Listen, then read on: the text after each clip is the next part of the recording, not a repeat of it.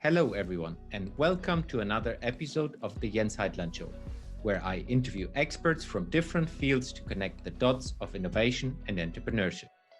Today's guest grew up in Germany, lived in Belgium, France, and is now based in London. He's partner UK and international markets at Early Metrics, a company that is rating startups and through that helps corporate innovators and funds stay ahead of the curve. We explore his innovation insights into the corporate, the startup, and the venture world. But we also talk about football and mental health because Gene is very passionate about these topics. Please welcome to the show, Gene Gerrienne. Hello, Gene. Welcome to the podcast. Great to have you. Hi, Jens. Thanks for having me. It's a pleasure. Looking forward to learning with you today and having a great chat and a great fun conversation with another German on the podcast. For everyone who is listening or watching, that's rarely that I'm interviewing a German, but like you're living in London, it's not really only German. Exactly. We can get away with it, huh? Yes, exactly. But is it possible? Two Germans, fun chat. Is that possible? With a beard, definitely, but yeah, it's maybe a little bit too early right now. Yeah. Oh, by the way, we could. But let's not go into that rabbit hole right now. So, Gene, before we go into innovation, into your stories and what you can bring as well to the audience, tell us a little bit about yourself. Who are you? What are you doing? And how do you inspire people? How do you work with innovation? All of it. All of it. Well, I hope you're ready, huh? I am. Yeah. So first of all, Jean Gerrienne, that's my full name. I've been living in London for 7 years now, actually. And I've been in the innovation space for around 4 years. Before that, I did 2 years. I did my fair share in finance, 2 years of that, and thought, okay, not my cup of tea, as they say, and decided to sort of move on to something a bit more forward-looking and joined Early Metrics as at that point, just as a salesperson, quotation marks, and then sort of build up the German market. So I validated the product market fit, opened our German office, grew that to 7 people actually from scratch. And then because I was flying back and forth from London to wherever, beautiful town in Germany, some of the bigger ones, some of the most remote ones I've ever seen. Our founders, because I was directly working under the founders, they were like, they offered me the position of managing director of the UK and international offices in London, which I happily accepted at that time. And a year later, so that was around 2 years ago, or 1.5 years ago, I became partner as well of the firm. And I'm now part of the leadership team, or whatever you want to call it, of Early Metrics. And sort of that's sort of my career story. And myself as a person, I believe I've been raised by my grandma, and she always taught me, like, whatever age you are, however old you are, always make sure that you stick to your values. First of all, that you stay true to yourself, and don't. I mean, even though you're German, don't be too serious, huh? Life's short, and I think that's sort of the way I live. And I'm sure when you're around me, I try to be as positive as possible, just because life's too short to be angry about like small stuff. And that's me in a nutshell, sort of. Yeah. And you love football. We have to mention that. Yeah, I love football. I absolutely love football, to the detriment of people who don't. And but I've been I think I'm actually from the region of Cologne, but I don't support a German club. And I think that could potentially be seen as me being a traitor, but here's the story. So I've been supporting Liverpool for like around 20 years now, and that was just because of 2 reasons. It was Michael Owen's goal against Argentina in 1998, where he scored that screamer. I think he dribbled from the midway through the pitch, and then scored this goal, this outrageous goal. And I was like, nah, I love this guy. I love this guy. Who is he playing for? And then, how old was I? 12, whatever. That's when you start playing computer games as well, right? You don't care so much about the girls yet. You just care about like playing computer games, right? And that's when I started playing Football Manager. Michael Owen was playing for Liverpool, and I was like, well, that's it. I'm sold. I'm going to support Liverpool. And yeah, as you can tell, I already started like diving into the reasons of why I support Liverpool. So yes, I'm fairly passionate about football. That's great. I still remember that time playing as well. That was crazy time. Who did you choose? So I was always, I mean, I'm grown up close to Dortmund, so since I can remember a Dortmund fan through good times and bad times. Wise choice. Well, unfortunately, lately, well, to be fair, like decent times. Yeah, it's huh? okay-ish. Okay-ish, yeah. So, yeah, and Cologne. Let's not go into that rabbit hole. No, let's not talk about Cologne. This is a new format. It's a football podcast. Yeah, exactly. No, but it's a lovely topic. I can understand that. Yeah. And it's maybe from a culture perspective, I haven't been to any football game in the UK. I still have that on my bucket list. So maybe we go together one day to a Liverpool game. I'd love to. I have to warn you though. I think as a German, you will be very spoiled when it comes to atmosphere. Yeah. And I've been to the game Wembley this year, Germany against England, and I was in the English stands, unfortunately. Oops. So I was just surrounded by Brits, and they were quite. They were making sure that I could feel the rivalry, and but it was not too hostile, but like a good, I think, shithousery, as they call it. Good. Let's go a little bit more into innovation to get our listeners who are not into football as well interested into what we're talking. So, starting in finance, what did you learn from finance that is applicable in innovation? Or what did you not learn? What didn't work at all from a finance perspective? Well, that's a great question. I think the biggest takeaway for me, having worked in finance, is, and I think that's applicable not only to innovation but generally business setting, was culture. And obviously, I'm not going to disclose the names here of the company I've worked for, but the culture there was, as you can imagine, I mean, you know what you sign yourself up for: high pressure, a lot of stress, but a very toxic and like micromanagement environment. And I think that was one of the key takeaways for me, having worked in that environment, is like, you constantly wake up, you have nightmares, you wake up with fear. And when you work with fear, when you go to your job, like being scared or afraid of making a mistake, being judged, being called out, then the only thing you're going to do is, I just want to survive. I don't want to upset anyone. And that's exactly, I think that's what taught me a lot and helped me a lot when I was starting my own team, when I was setting up my team, when I was managing people, leading people, that I was doing everything but micromanaging. Because once you instigate fear, like, innovation is gone. The culture is gone, because no one dares to speak up.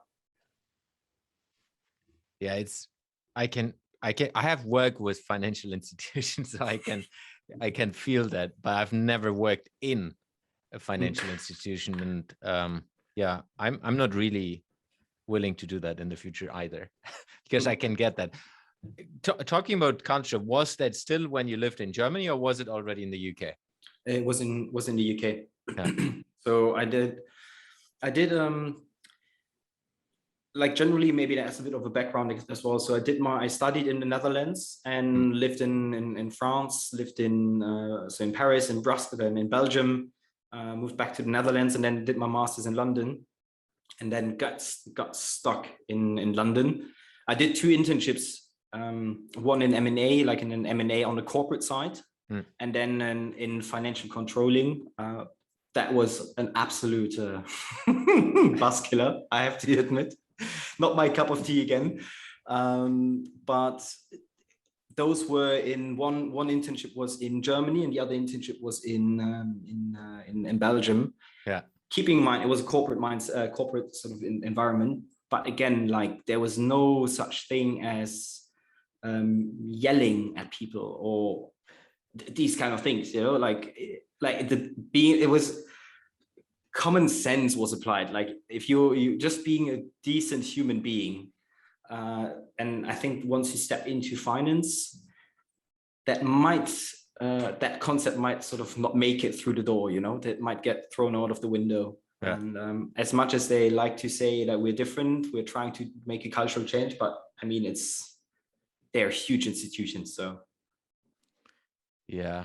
And it's also difficult. I get that from a perspective of it's all about numbers in a lot of other organizations as well, but they're even more. And when I was working with financial institutions, it was very hard because I was brought in from a business design perspective. It's like, hey, the customer is the most important thing, not the numbers. And then you can imagine the discussions like, hey, you're an outsider. You have no idea. The number is key.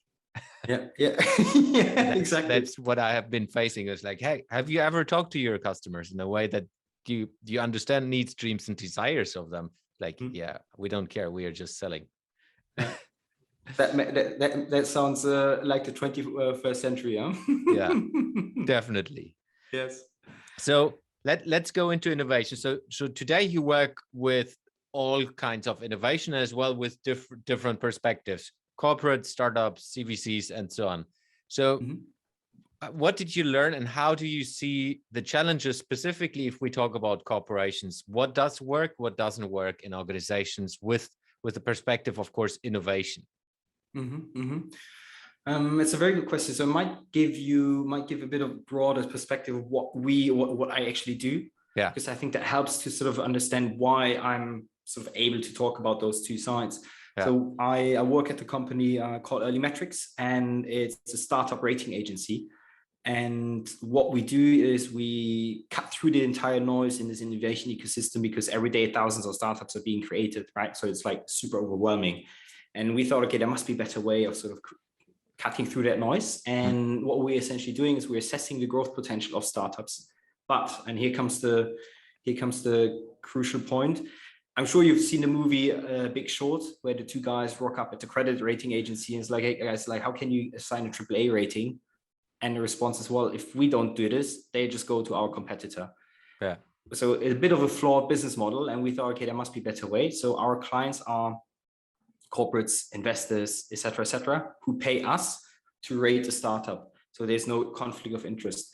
Yeah. And because we are sitting in that sweet spot of talking to entrepreneurs, talking to the corporates, we get like a lot of chatter, information, a lot of data. And now to the point of what have we seen that is working for corporates, what's not really working for corporates is, I mean, we've seen that a lot of the big companies now have their innovation structures set up. They have their innovation teams there, yet a lot of the most structured and most advanced companies are still struggling to get a proof of concept off the ground.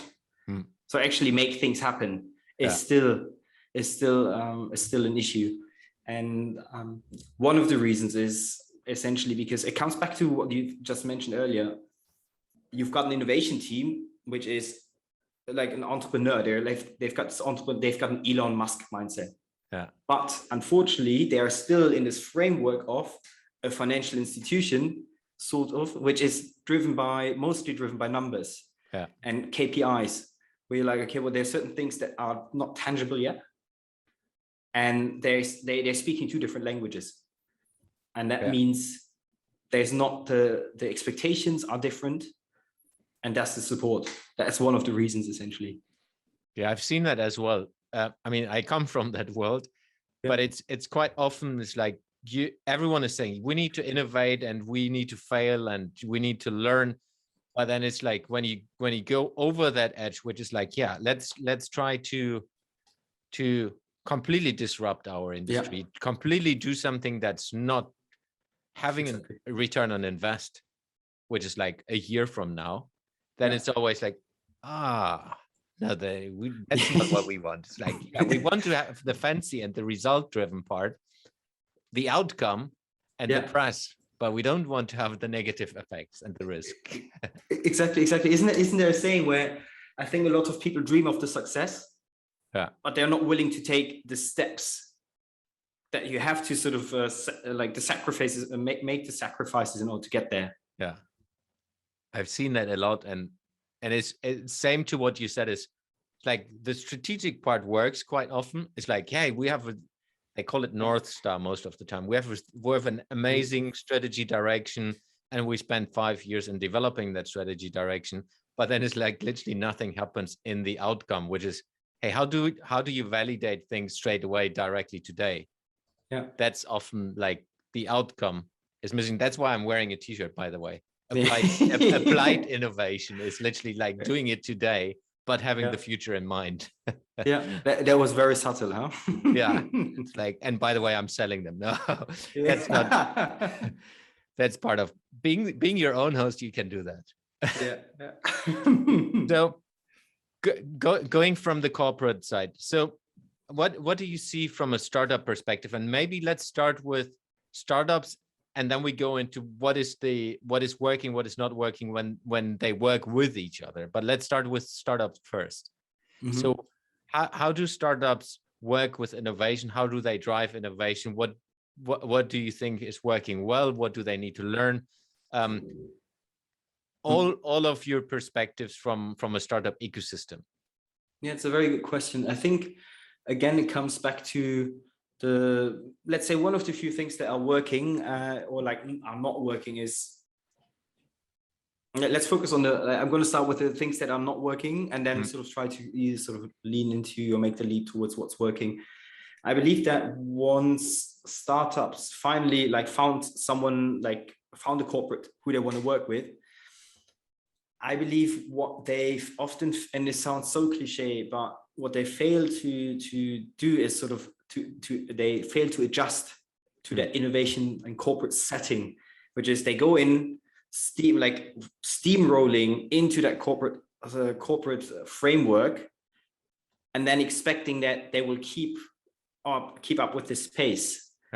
But the mentality of people working at a corporate, and please, hopefully no one feels offended by this, it's just a different, the reason why you join a corporate is completely different to you joining a startup or creating your own stuff or your own business, essentially, right?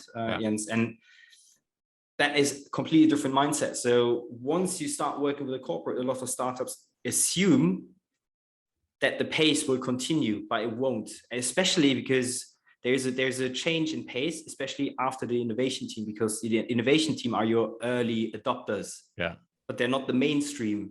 Mainstream is usually the business unit, and often the business unit actually pays for this. So as much as the innovation team is a great contact to have, but when it comes to chess, they're like a horse. They're the facilitator, they're making connections, but they're not really your end customer. It's the business unit. So once you start speaking to the innovation team, the next step is not like, okay, let's go full speed here. It's sit down and align what you actually want to achieve and set KPIs. You have to start speaking their language, because they won't adjust to you. They have so many startups coming to them. You need to speak their language, and that is very, very important. And maybe I'm going to make one more point, especially for startups that are tech heavy, it's a mental stretch. Why? Because you've got genius people come up with a brilliant idea that is a techie gimmick or whatever. It's like a new platform, but you need, and forgive me for saying it, but you need a human connection, right? And you can speak all the tech, you can speak all the stuff you want. You need a good salesperson Yeah. Because you need to translate tech language to human language to corporate language. Yeah. And that is one of the key things and key failures of a startup is the first sales hire, actually. Yeah. It's a very, very important point. I've seen that as well. I was a couple of years back, I was running an acceleration program, which was, by the way, the first acceleration program in retail in Russia when I was living in Russia. And we have had exactly that problems in the beginning, where it's kind of, there was a translator in between missing. And then, yeah, we found it out through failing. The less painful way, huh? Yeah, exactly. But it was very, very important. And then we kind of, when we did the second one, we kind of implemented that from the beginning, and then it was way smoother. Doesn't always help, but it was definitely better. Yeah, I understand. I mean, but by the way, talking about failure, look at the look at this background, the comparison, guys. Like, I love it. Yeah. I wouldn't have it in my bedroom, huh? No, yeah. Dude, there are people who love that. Yeah, that's true. That's true. So with the startups, so when you're in your role, so you're rating the startups, are you taking this points into consideration? Do they have the right salesperson? Are they speaking the language for the corporates? Or are you measuring other metrics? That's a very good question. So what we essentially assess is mostly non-financial, because we believe you can almost see us as an extended arm or VC as a service almost. Yeah. So what we look at is, we look at non-financials. We look at around 100 data points, break them down into 30 criteria roughly, and then break them down into three pillars: market, project, and management/team. Yeah. How do we get this information? We interview the founders. Yeah. And what we've developed is a scientific methodology that is very, let's say, structured, and we look at a lot of soft skills, ability to convince. Are they able to self-challenge? How do the founders interact with each other during the interview? Yeah. And our analysts have to pick up on that during the interview. Let's say the interview is structured in such a way that some questions, actually, I don't want to call them trick questions, but some data points like ability to self-challenge, etc. Yeah. We don't ask this question, we observe it essentially. Yeah, of course. Yeah. And we've developed that with psychologists, HR profilers, etc. And this allows us to sort of come up with a comprehensive overview of the strengths and weaknesses of the startup.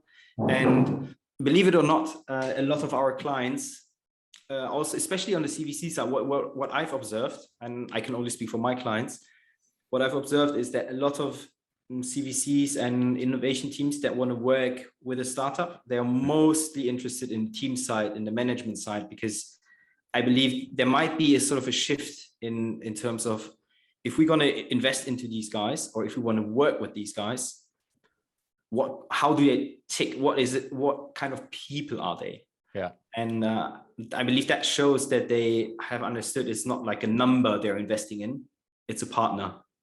Yeah.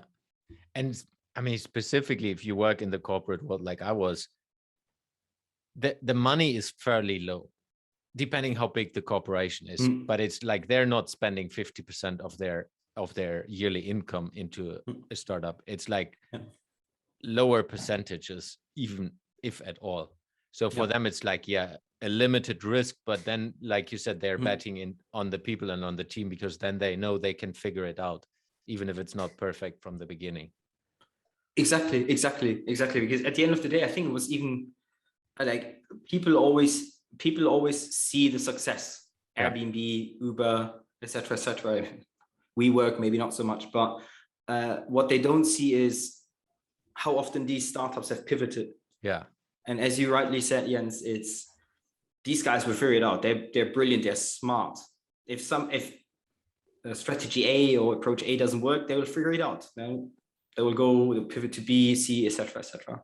Yeah. This is so important as well for the corporates. So, I mean, if I just give the example from my side, I'm in my own business since 2 years, and I've changed everything upside down at least 10 times. That's maybe almost too often, but it's more because I have set myself, because I'm working with innovation and helping companies to innovate. If I'm not doing it myself and figuring things out, putting things early into the market and see what is working, what is not working, I'm the worst innovator to help others. So that's why I did that. But going to the corporate side, I think it's so important that corporates understand this as well, that when you work with a startup, they might change things over time because they see the need of changing. In a corporate setting, that's not going to happen.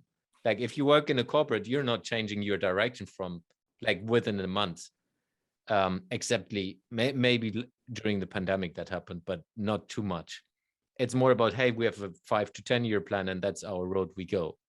Yeah. But it's super important to understand that when you work together, and as well see the opportunities with that. Yeah, it's such a great point. Like no sane startup founder thinks about like 5-10 years ahead, because they're like, what is that like? No, they're so far ahead of the future. And I think you can sort of, we like to say, I think our founder mentioned it once, like six months at a corporate means that it's around 2 years for a startup. And that once you sort of keep that in mind, you actually understand how much, like how fast things are happening at a startup. But it's also often linked to their survival. That's why they have to be so fast. Yeah, absolutely. So are you doing then translation between startups and corporates as well, or are you focused only on the rating? That's a good question. It's mostly focusing on the rating and intelligence sort of side. So we have another topic, which is ESG. But I mean, now COP21 just happened in the UK. What do you see moving towards ESG, and how do you see startups adapting that, maybe even early on focusing on that already? Or is it not part of every startup's direction? It's a great question. The reason I'm laughing is because we asked ourselves the same question, and we did a bit of a trial and error, and then found out something very, very funny when it comes to sort of developing our methodology. So what we see, Jens, is in terms of investment, I mean, I think that's no big surprise, but it's a huge appetite for ESG ratings or ESG analysis.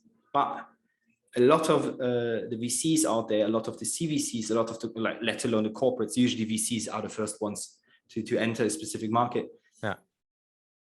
They're struggling to sort of grasp how to do it. Why? Because there are so many different standards, right? You don't have a global standard. You have a European standard, I think, coming out soon. But then you've got country-specific standards. Hence, there's a bit of a challenge there.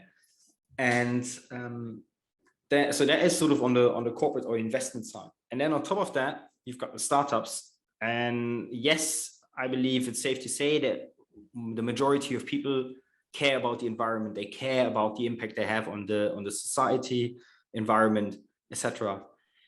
Is that the first thing a founder thinks about when he launches his company? Not really. I mean, unless you are really in the clean tech space or sustainability space. Let's say you've just launched a revolutionary, I don't know, data analytics platform for finance. You want to get that off the ground, because I mean, you might as well, like, you might be as passionate as possible about ESG, but if you don't sell your product, there's no point caring about ESG, because your product or your startup is gone within like a short space of time. And the point I'm trying to make here is, and that's why I laughed earlier, when we started developing an ESG rating, we just looked at what measurements did the startups have in place. And obviously, only a few startups have actually things in place, because it's so early for them as well. So you can't only measure the initiatives, but you also have to measure the awareness. And that's where because when we first did this, all of the startups, they were like in the lowest bracket, and we're like, something's not working. I mean, this doesn't help anyone. And so we sort of adjusted that, and now we're looking at awareness and initiatives, essentially, because that is adjusted for the maturity of a startup. And why is that beneficial for investors? Because we've seen again a trend towards investment committees asking, what is the ESG like? Yeah. And how do they fare compared to the rest of the industry? Because if they don't score, if they're not diverse enough, if they don't care about et cetera, we're not going to invest. Yeah. And that is key for startups to understand. And that's actually key for startups, because they won't get the money. Yeah. I think it's interesting, and I see that point. Startups who are like literally just starting in their first, let's say, 2 years, or it's not their main focus if they're not supporting a sustainability cause and driving towards that direction. But I agree. I think it's key point to have that mindset that sustainability is important, whatever you are doing. Yeah. But do you see in general startups as well not doing things, or less startups in certain industries that are, let's say, oil, mining, this kind of things, and more towards social activities or environmental activities? That's a very good question. I think generally, let's say mobility startups and retail startups, they're a bit ahead of the curve from what we are seeing. But you'd be surprised actually how often the founders, when we ask them about ESG, we've got 17 criteria we look at, and sometimes they are actually unaware of certain criteria. I would love to give you the criteria, but not off the top of my head, unfortunately. Yeah. But it shows that there needs to be much more education around ESG, what it actually means, et cetera, especially for startups, because some of them are actually unaware. Yeah. And might be missing out on money because of that as well, actually. Besides, I mean, obviously, besides the environmental impact. Just want to make sure that, yes, I've worked in finance, but I don't care about numbers, like numbers. There's more to life than numbers. Yeah. So from the process of your rating startups, is it as well that startups come to you, or is it mainly driven from the investor side? It's a great question.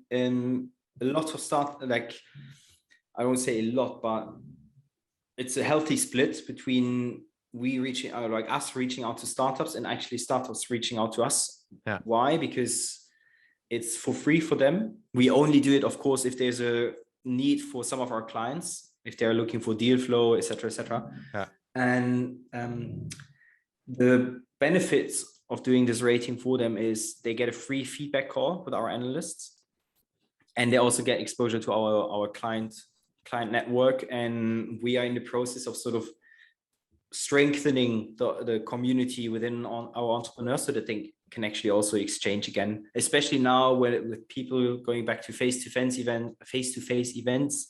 Yeah. Touchy wood.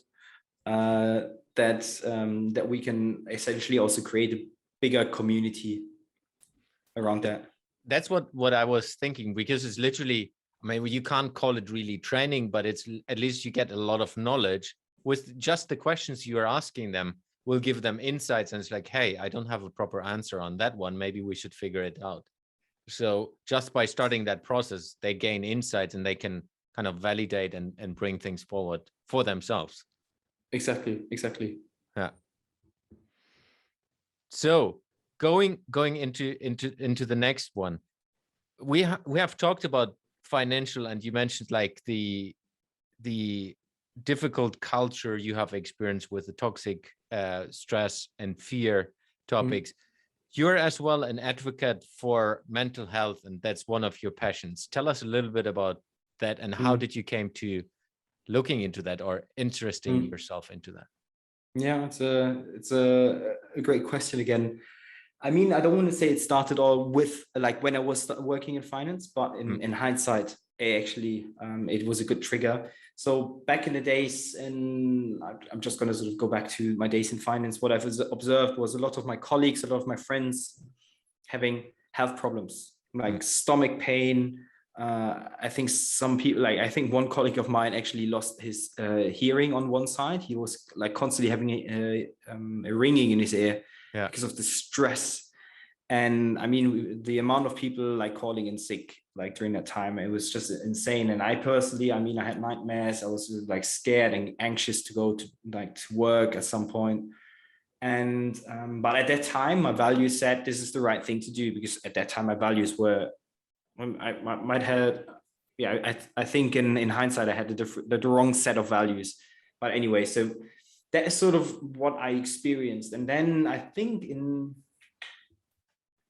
around 3 years ago, I started to, because of that high pressure and stressful environment, I developed a bit of a gut issue. And that was sort of the turning point for me, where I was like, you know what, like I've gained so much weight, I've spent so much money on drinking, I go out so often, like what am I actually really escaping from here?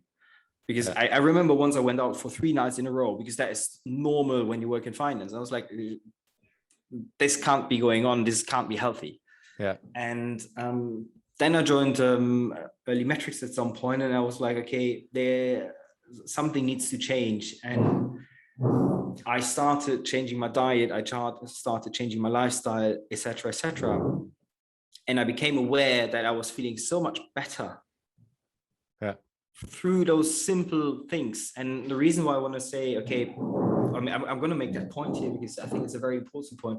People underestimate or forget that stress causes so much, does so much damage to your mindset, of course, your mental health, but also your gut, because there's a brain gut connection. And that's when what's the saying? When I just figured out, okay, I need to change something. And that's why I'm so passionate about it. I mean, you can tell right now, like I'm all over the place talking about it. There's no structure here. But I just love it because I've experienced it. And I believe a lot of the mental health issues can be prevented, because I've read a lot of studies around it. 10% are caused by chemical issues in your brain, which really need the drugs and treatment. 90% of that changes in lifestyle and a lot of other things can prevent that. So you mentioned already food as part of the lifestyle, and not going out, but or at least not going out drinking. What are other things you have experienced that helped you in that? So the biggest part is for sure that's still diet. There's no way around it. I think one of the biggest parts I've done, or the major things I've done, was cutting out sugar. So no sugar at all. I don't want to say like people shouldn't have a dessert or whatever, but it's how much of a dessert you have, right? Every day, and the frequency. So it's finding the balance in the types of food you eat. Then lifestyle, what do I mean by that? Movement, lifting heavy stuff. So it can be as basic as going to the gym, walking at least an hour, cycling, any sport, any workout you like to do, you enjoy doing, do it. Because then the chemicals, the chemicals that get released, you will feel like, how often have you felt like, oh, I don't want to do that workout? You do that workout, you feel so much better afterwards. Yeah, I can tell you. Right. It's quite interesting, because if I look back, and I know this now as well, when I was living in Moscow in Russia, that was one of the most stressful times from an environment perspective, and as well job wise. But I was training for a long distance triathlon every morning. So one of the things, at least we discovered with my wife together, if I wouldn't have done that, I would have died from a stress perspective. But I was doing so much sport that it's literally that stress, or reducing that stress through sport, helped me quite a lot. But That's as well, amazing. Yeah. I have seen the change then moving from that stressful environment in Russia to Sweden, where the whole life is completely different. I mean, it was as well going from a what is it, like 14 million people city to a couple of 100,000 city is also a huge change. But I've seen it as well. It's huge change if you're active and if you move and change your diet at the same time, which we did as well. It's huge, and that's so much change in your head and headspace as well. Exactly. Yeah, I fully agree. And I wanna make I think the connection here to your running. It's diet, it's lifestyle, and we've heard it often, purpose. Yeah. But it comes back to your work. What do you like? Show me what you spend your time on, and I tell you what kind of person you are. Yeah. That comes back to there's a brilliant concept. It's called pleasure and purpose principle. So PPP. Yeah. How much time each day do you spend on purpose or pleasure? If there is an imbalance, that will cause serious damage. And I think 83% of the mental health cases are linked to a lack of purpose. And that means that is either your job, a hobby, a project you have on the side, etc., etc. You really have to understand what is it that you deeply care about, and what is it that you want to do with your life. Like, do I see there are some people who like a 9-to-5 job that gives them happiness. Yeah. Brilliant. There's some others who are entrepreneurs. They want to become an entrepreneur. Yeah. Do this because I mean, I don't want to say follow your passion, because I mean, you have to also afford being like your passion. But if you can't quit your job because for financial reasons, etc., then do it on the side. But just watch, and I think journaling comes in handy here. Every morning I journal. How do I feel? Yes. How did I sleep? What did I dream? How did I feel yesterday? What did I do? What did I accomplish? And just observe. Do like one day just eating, or 2 days, or like an entire weekend just binge watching Netflix or whatever, and eating junk foods. Yeah. Like, just do it and tell me how you feel. You've eaten so much, you still feel empty. Yeah. And that is huge. Yeah, because there's an imbalance between zero pleasure, there's 100% pleasure, 0% purpose. Do it the other way around. You go doing your favorite hobby, you work on a massive project which you really care about, you'll feel great. You'll feel great. And again, like, that will help so much with your mental health. It's quite interesting because a lot of, if you look into sports, and I have been really into that when I was training so I did two Ironman long distance triathlons, and I was just the two, yeah. Yeah, like, and then a couple of half ones that's slightly different. Yeah. But the two ones are, for those who are not into that, it took me about 11 hours to finish them, so it's slightly bit more than running a marathon. But what was quite interesting, because I have been living in different spaces at that time, or between these two races, and I was in the later one, I was body wise, like my physique and strengths and so on was way better than the first one.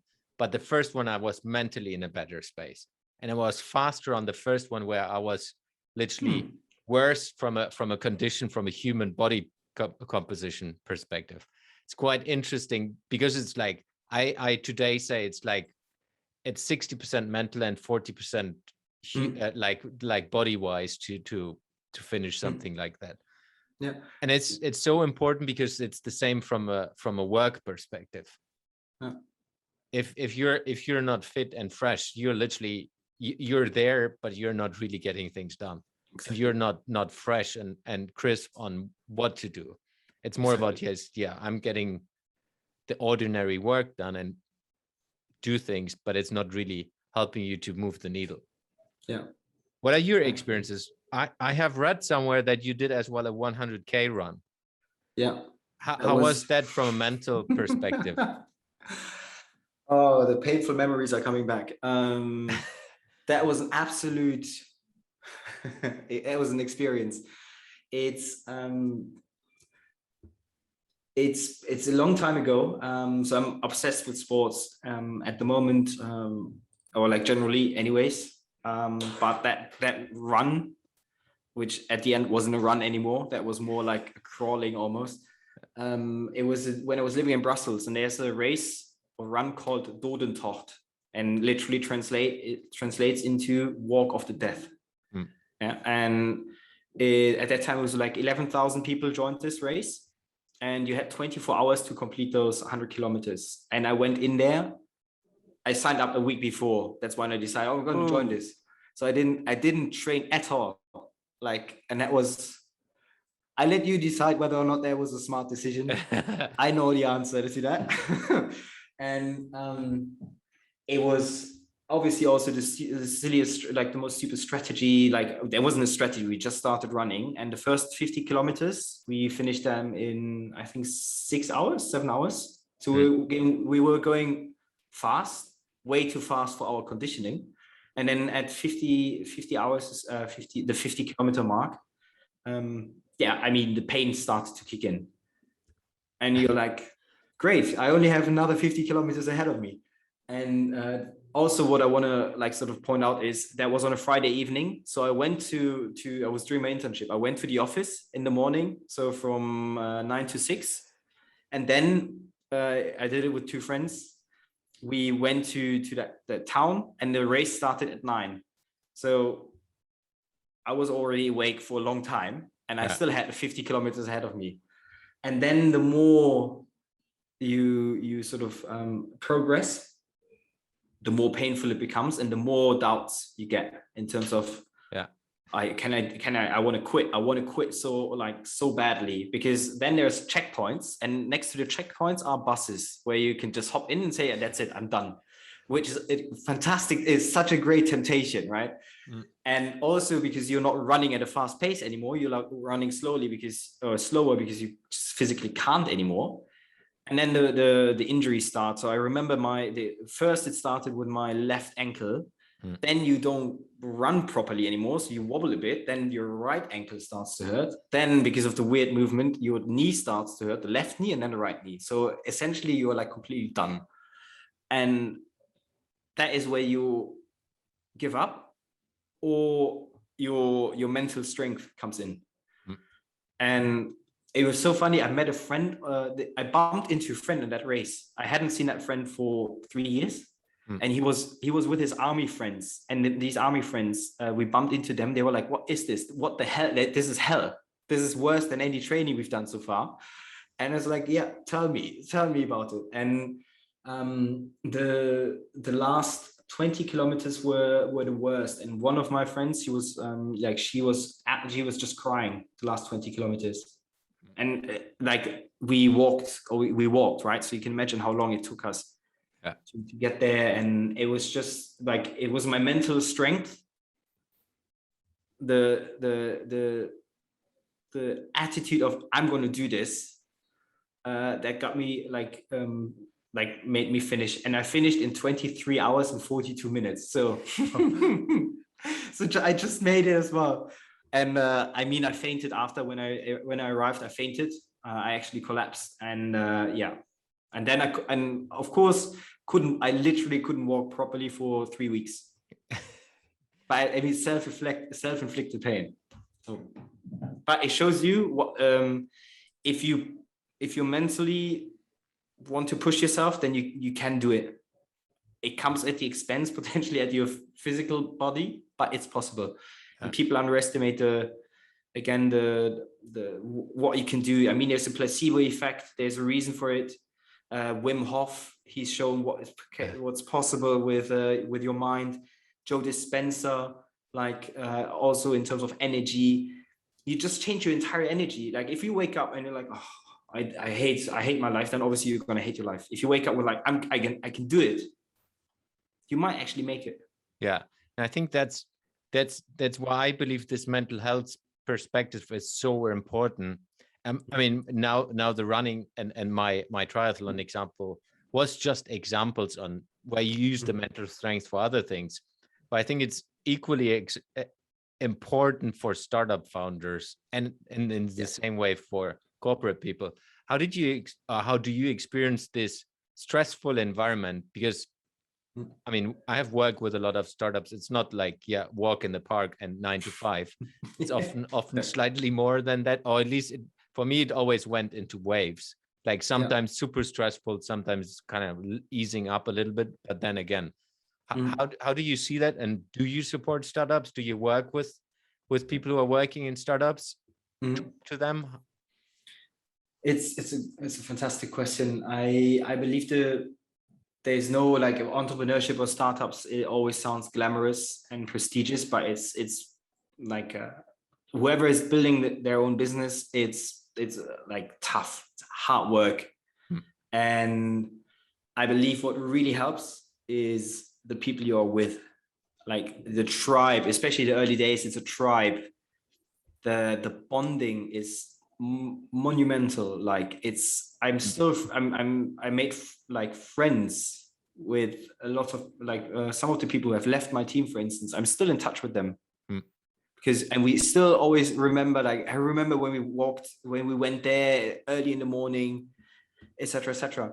What I'm trying to say here is the shared pain is something you should not underestimate. Like it's valuable. Pain can actually, suffering can actually give you purpose. If you associate the suffering with a goal, which is, I know that I have to sacrifice and suffer now to achieve that goal and make it become a success, for instance. And once you create that vision for everyone in the team, in the startup, but also in the corporate world, right? You can apply that. I'm sure you know even better than I do, Jens. You can do that with your innovation team as well, where you're like, this is our vision. We can transform this company.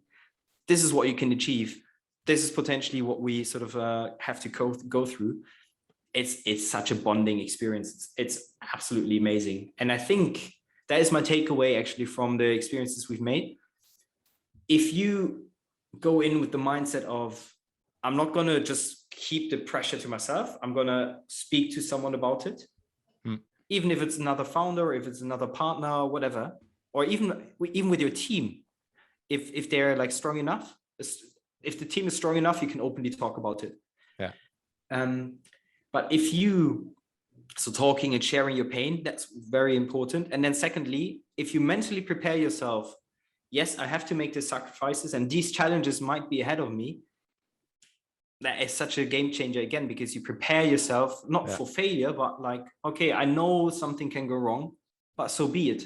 You change your mindset. You see failure as part of the journey rather than a setback. Yeah, super important. I would like to transition us into the last part where I'm asking a couple of questions that are not related, but can be to what we have discussed now. First question is, if you could be part or run a project that's impacting every human being on Earth, what project would you love to work with and why? What project would it love? I think it would be mental health, because it comes back to all of us. Yeah. It's I just care so much about it, and I see so many people limiting themselves from reaching intrinsic happiness rather than extrinsic, like external happiness. And it's so easy to achieve this. Mental health for me. I don't even want to call it mental health, like living a great life. Where will you be in a year from now? And you can answer that from a personal perspective or a business perspective. That's a very good question. Where will we be? I believe we've got some very exciting stuff coming out from Early Metrics, actually literally at the beginning of next year. So I think we'll make headlines, that's for sure. On a personal side, I believe obviously physically everything's still in London, and but I hope I've expanded my network when it comes to that first point, living a great life. But if it's literally next year, in a year's time, and we're talking about a physical location, definitely going to be somewhere where it's a bit warmer and sunnier than here. That's for sure. Yeah, I can understand that. How do you keep yourself up to date on the topics that interest you? It's a great question. Talking to people. Literally talking to people. I think I've learned a lot about the last few. I think comes back to mental health. I avoid news as much as possible because there are certain things I can't change, and if I can't change it, so why should I bother about it? If it's really important, it will reach me through friends. So how do I stay up to date? It's just chatting to people. Can be clients, can be my analysts, can be my friends. And why do I use this? Because I think it also helps me with my social skills in terms of, it's great. Like it's not the digital version. It's more the analog version, like the non-digital version of just chatting to people. I enjoy it. Yeah, I love that. I've done things like that as well. Just right now, working from home doesn't help with that. Yeah, that's true. Awesome. Gene, was a pleasure to have you on the show. I learned a lot. I've taken 2 A4 pages of notes. So thank you very much for being on the show. It was a pleasure to have you. Pleasure's been mine.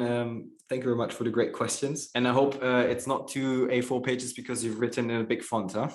No, it's not. Okay. No, it's been a pleasure. Thank you very much. And thanks for the fantastic questions. Thanks for listening to today's episode. You will find the links and resources in the show notes of this episode. If you would like to support the podcast, the most impactful thing you can do is subscribing to the show on any of the podcasting platforms and give me a review. This will help me to reach more innovators around the world and bring some of you into the show. If you have any questions to the guest or want to engage with me, feel free to reach out to me on social media and contact me there. Thanks, and see you in the next episode.